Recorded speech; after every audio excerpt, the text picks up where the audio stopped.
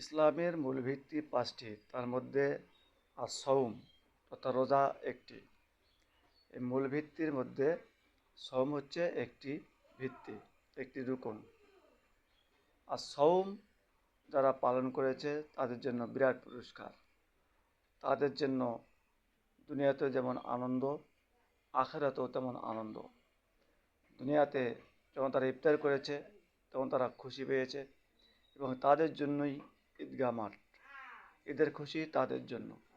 ইয়াউমুল ঈদ অর্থাৎ ওদের জন্য ইয়াউমুল ঈদ, দুনিয়ার ঈদ রোজাদাররাই ভোগ করতে পারবে। পক্ষান্তরে কাল কিয়ামতের দিন হাসরের ময়দানে আল্লাহ পাক স্বয়ং নিজেই রোজাদার ব্যক্তিদের সাথে প্রথম সাক্ষাৎ করবেন। সুবহানাল্লাহ। শুধু তাই নয়, রোজাদার ব্যক্তিদেরকে রায়হান নামক দরজা দিয়ে প্রবেশ করানো হবে জান্নাতে। সুবহানাল্লাহ। আর রোজাদারদের আমলনামায় আল্লাহ পাক স্বয়ং নেকি নিজেই লিপিবদ্ধ করে দেবেন। সুবহানাল্লাহ। অন্যান্য মাসে যে কোনো আমলের জন্য ফেরেশতারা তার নেক আমল লিপিবদ্ধ করেন, কিন্তু রমজান মাসে রোজাদারদের জন্য আল্লাহ পাক স্বয়ং নিজেই তার আমলনামায় নেকি ভরপুর করে দেন। সুবহানাল্লাহ।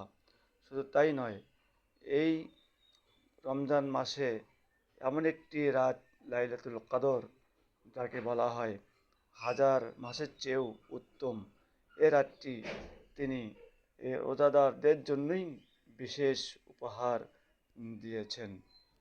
সম্মানিত মুসলিম ভাই ও বোনেরা, আমরা যারা রোজা পালন করতে পেরেছি, অবশ্যই আমরা আল্লাহ পাকের নৈকট্য লাভ করব ইনশাআল্লাহ। পক্ষান্তরে যারা রোজা রাখতে পারেনি, তাদের পরিস্থিতি খুব ভয়াবহতা।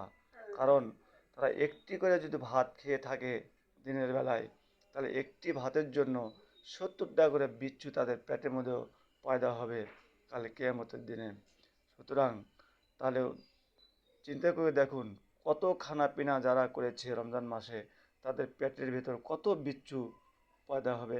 সেই বিচ্ছুগুলো কামড় দেবে। একটা বিচ্ছু কামড় দিলে দুনিয়ার মানুষ সকল বেহুশ হয়ে পড়বে। এ ধরনের বিচ্ছু বিষাক্ত তার পেটের মধ্যে সৃষ্টি হবে। নাউজুবিল্লাহ। আমরা সবাই এখন থেকে এই রোজা পালন করার চেষ্টা করব, যাতে রোজা কোনো কর্মেই মিস্টেক না হয়।